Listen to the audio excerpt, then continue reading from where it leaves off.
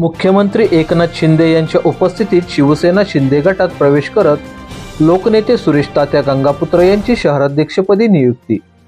त्र्यंबकेश्वर शिवसेना शिंदे गट शहराध्यक्षपदी सुरेश तात्या गंगापुत्र यांची नियुक्ती झाल्याचे शिवसेना संपर्क प्रमुख भूषण आडसरे यांनी सोमवारी सांगितले।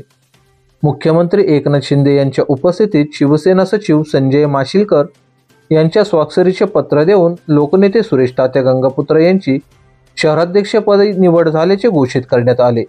यावेळी संपर्क प्रमुख भूषण आडसरे, निशाद चांदवडकर, अक्षय नारळे, किरण चौधरी आदी उपस्थित होते।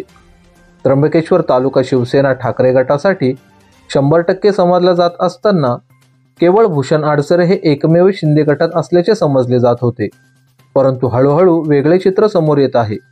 तालुका प्रमुख रवी वारुणसे यांच्या पाठोपाठ तालुक्यातील ज्येष्ठ नेते सुरेश तात्या गंगापुत्र यांनीही शिंदे गटात प्रवेश केल्याने तालुक्यात शिवसेना शिंदे गट बळकट झाला असल्याची तालुक्यात चर्चा सुरू झाली आहे।